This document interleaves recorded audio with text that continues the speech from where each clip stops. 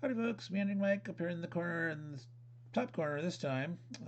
This is our continuing coverage of the Charles S. Roberts Awards for 2023. As you can see down there, there's the description from the charter. I'm not going to read it again. You can pause and read it yourself, or you can watch my video that I did last time and hear about that. So, last time we covered the period awards. There was 8 of them, and we went into the details on one of them, the Napoleonic era, and we said we're going to cover the Civil War this time. So here's those 8 categories, and we're now going to do the Civil War for a game set during the American Civil War or dealing with its immediate causes or aftermath. So these are all going to be about the Civil War itself.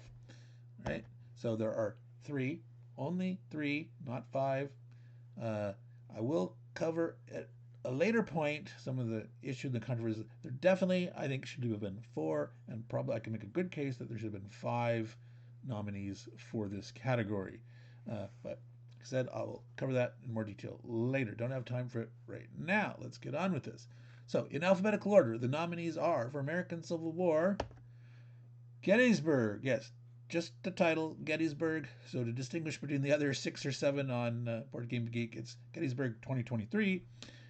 This is from designer Scott Muldoon. This is published by Multiman Publishing, MMP. It was put out in Special Ops, the Wargaming Journal. So yes, this is a magazine game. There is not a magazine game category this year. There is a Wargame magazine category, but not specifically about magazine games. So any magazine game could be eligible for any category. There's no special category for them. Just wanted to note that. The next nominee for this category is, in alphabetical order, Grand Havoc. This is the Battle of Perryville. This is from Revolution Games. The designer is Jeff Grossman. This is a boxed or Ziploc game. And the last and not least of the 3, which there should be 4, but we won't talk about that even though I keep talking about it. This is the 7 Days Battles from Worthington Publishing, and the designers are Mark and Grant Wiley of Worthington Game Fames. They're the principals of the thing. So that's the 3 nominees. I do have unboxings of all these. 2 of them I just got up on my channel. One I had back quite earlier in the year, of 2023, near when it first came out. So you can check those out if you want more detail about these games. All right, so now we're going to talk about the mode awards. We had about the period awards, historical eras, periods, and the mode awards. What are those? Well, it's a grab bag catch of different kinds of things. So let's just dive in and start to look at them. The first one on the list is strategic game. So we're going to talk about strategic, operation, and tactical. And there's some definitional issues here. We won't go into great detail on that, but just be said it's noted that the nominating committee, of course, will decide on a case-by-case basis if it falls into one or the other. So strategic is a strategic level treatment of a conflict. In general, they say they will model the whole of a conflict, possibly, and not necessarily, also included related concurrent or near concurrent conflicts. That's a big mouthful. What does that mean? Well, it's big, it's nebulous, it's a big event. It could be sort of multiple events tied together and interrelated. Such a game may model military, political, social, and or economic factors within the confines of the conflict that is its topic. Okay? Did not say it must have any or all of those particular things. So it does not have to be a military game, but the odds are likely will. Determination again by the nominating committee. Now, in my mind, a strategic war game always has a sense of production to it. You're building units. You're making decisions, economic decisions about what you do. So if you're a war game, besides having military, it should also have economic aspects, normally, in my mind. But this can be a conflict simulation that's not necessarily a war game. Best operational game. So treatment of a military campaign from an operational perspective. Well, they say operational in this sense is concerned with the planning and execution of campaigns. Well, yes and no. I think an operational game is one that has a set of constraints on you. You have a certain resources, you have a certain things that you're using to try to accomplish a certain goal. Okay? So whether you call that a campaign or not, a campaign is a very military term, but you also talk about, an election campaign and things like that. So does that include to what extent or not uh, different kinds of campaigning or things that you conduct operations? So it says that emphasis often on logistics, supply, or other tempo affecting constraints. Well, yeah, usually it's you've got a set amount of resources. Like you're not making those production decisions, but I've got, these military units and these amount of resources, and I've got these goals. Your goals may be to capture economic resources like an oil field or industrial capacity, factories, etc. But you're not trying to do it at this moment within the scope of the game to get more resources to build more things and make production decisions. You're getting reinforcements, or you have a certain set amount of things. So this the definition of blending of strategic and operational and on down to tactical. It says best treatment of battles from a tactical perspective. So they're not limiting it to one battle. It can be battles. Tactical games focus on specific battles or engagements, usually model small unit firepower, but they're not giving a threshold. Small unit, well, that's very relative, right? You could be a squad and be a tactical game. You could be a battalion level units and still have a tactical game. They do not mention the term grand tactical, and that blurs the line between operational and tactical. There's a whole thing there, and of course, again, the nominating committee will decide on a case-by-case basis.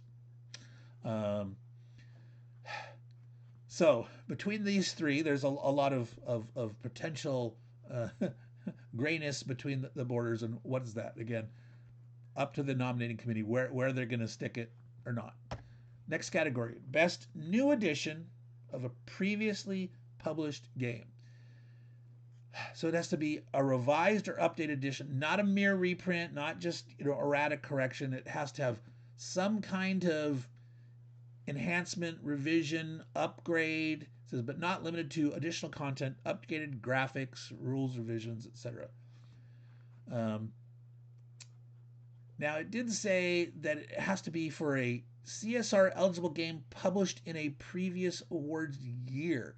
Now, they're not clear to what degree is my category here now, but I'm not a newly published game. I'm a reprint of one. Did it also have to be that category back in that period? Because categories come and go, right?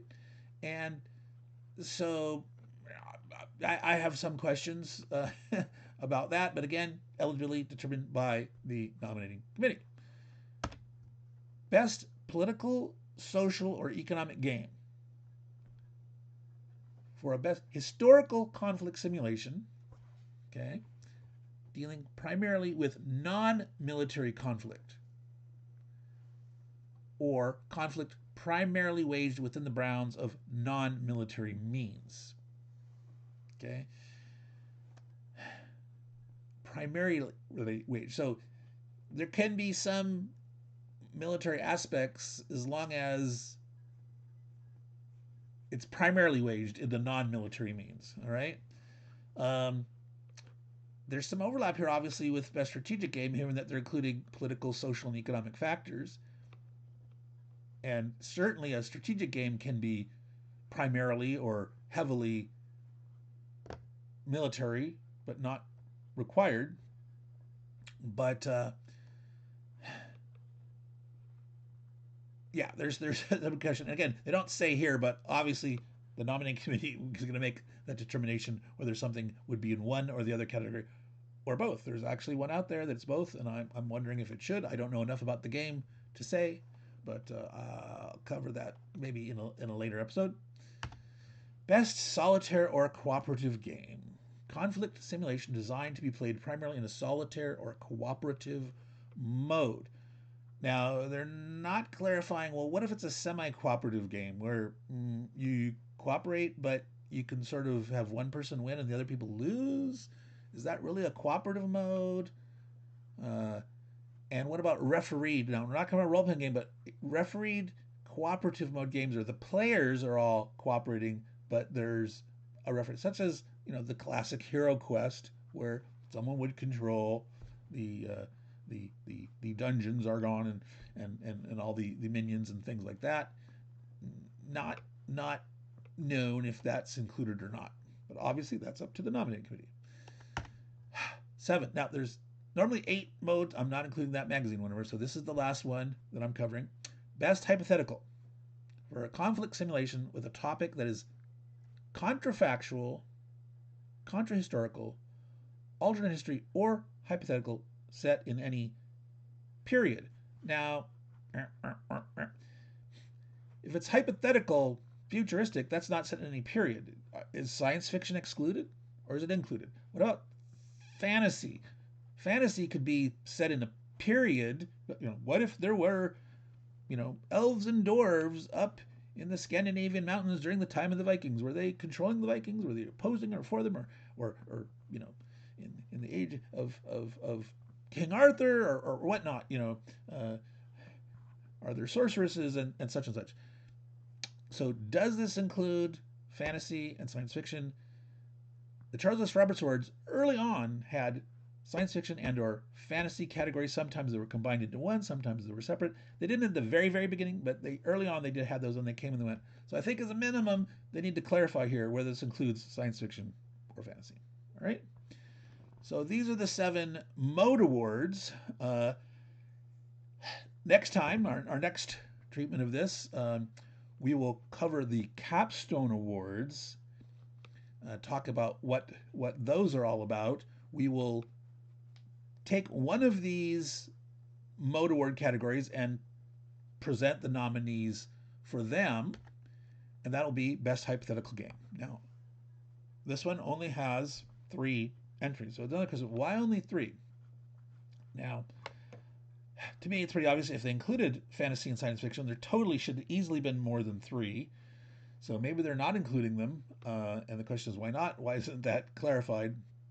But we will cover Best Hypothetical Game next time, the 3 nominees for that. I'm also going to go and do another historical period, historical era, and we have picked the gunpowder or industrial era, that big catch-all one that we mentioned before. There are 6 nominees. There's 6. You say, how can there be? Well, that's because when you're trying to narrow it down to 5, and you're voting, and you get a tie for last place, the ties are included. So there's 6 in here. Now, I'm only going to be able to have unboxings for 5 of these because there's one of these I just cannot find. I've been trying to get it, and I can't.